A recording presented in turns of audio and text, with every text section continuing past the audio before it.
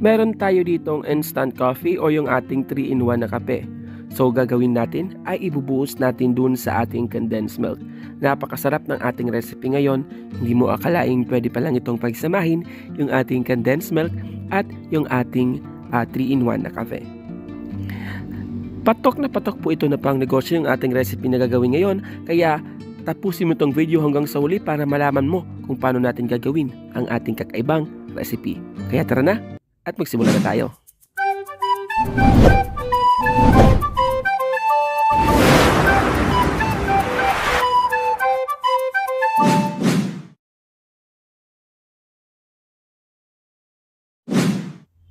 Para po sa ating unang procedure, meron po tayo ditong lumpia wrapper. So hiwa-hiwalayin lang natin yung ating lumpia wrapper and then gupitin lang natin ito into halves. Pag nagupit na natin ay isa-isa na natin itong tanggalin at hiwalay-hiwalayin. So mas maganda kung bago pa ang yung mabiling lumpia wrapper para talaga mabilis siyang makuha isa-isa. So ito guys ay napag-isa-isa na natin silang nakuha. Set aside lang muna natin. Pagkatapos ay mag-crack lang muna tayo ng ating itlog. So ang ating gagamitin lang dito ay yung ating egg yolk. Bali 2 egg yolk yung ating gagamitin dito. Tanggalin lang natin yung egg white nito. At huwag kayong mag-alala, hindi yan masasayang. Pagkatapos meron tayo ditong condensed milk. Buksan lang ulit natin siya. And then set aside lang natin.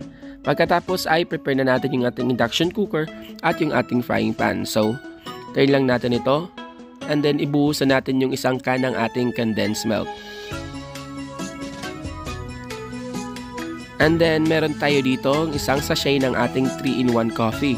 Kahit anong kape ay pwede dito guys, depende po yan sa inyo.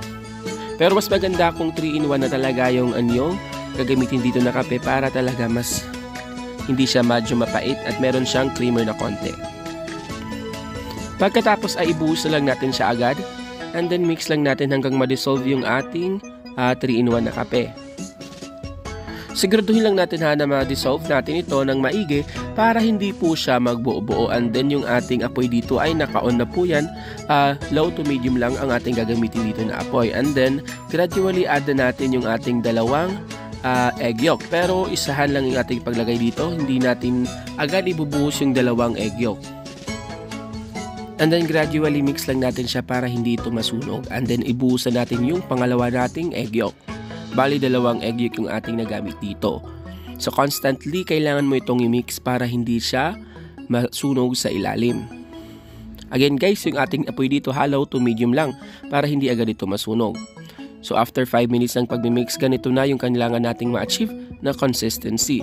Palamigin lang natin to ng konti bago natin siya i-wrap. Ayan, medyo malamig na siya. Meron tayo ditong wrapper at yung ating egg white. So meron tayo ditong ice cream scooper. Gagamit lang tayo ng ice cream scooper pero half lang ng ating ice cream scooper yung ating ilalagay dito. Pagkatapos ay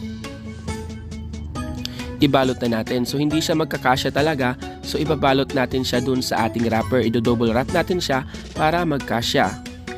Ayan, kung makikita nyo hindi talaga siya nagkasya.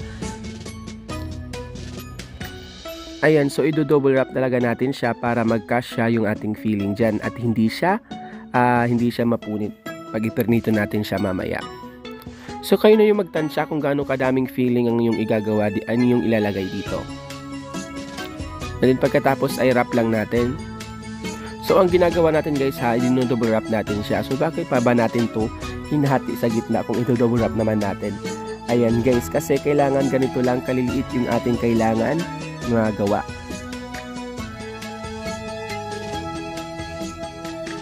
Ayan, so nakadepende sa'yo guys kung gaano karaming filling ang iyong ilalagay dito. Kung magnenegosyo ka ay pwede mo itong liitan.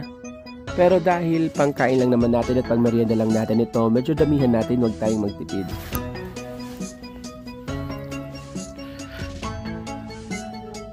Ayan, so repeat na process lang hanggang sa maubos na nga yung ating filling doon. Ayan guys, medyo mainit pa yung ating filling dito kasi kailangan din talaga mag-set ng matagal yung ating filling kasi titigas siya pag tinagalan natin.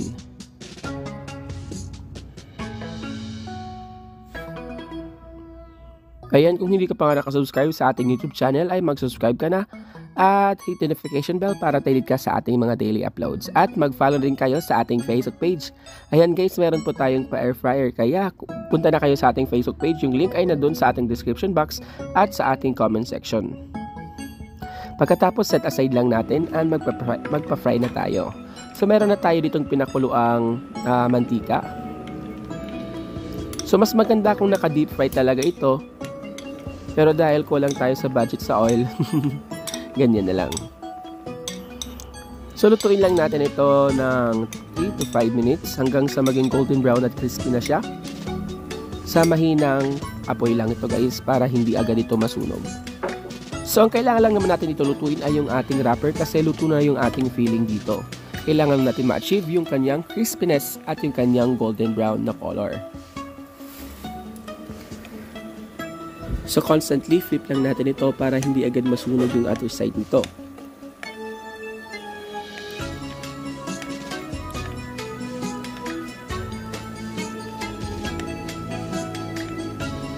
So after 5 minutes ng pag-flip at pagluluto ay golden brown na ang ating napakasarap. Ano bang tawag natin dito? Ano bang pwede natin itawag dito guys? Comment down below.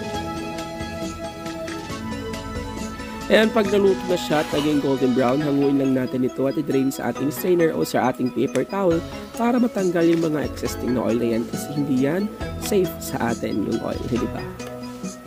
Na kami mag-comment na naman dyan, ano ba yan ang oil? Pwede naman iluto mo sa inyong air fryer kung meron kayong air fryer. Kung wala kayong air fryer, sali na kayo sa ating giveaway sa ating Facebook page. Ayan, so ito na nga, luto na to. Tara na, tikman na natin kung masarap to.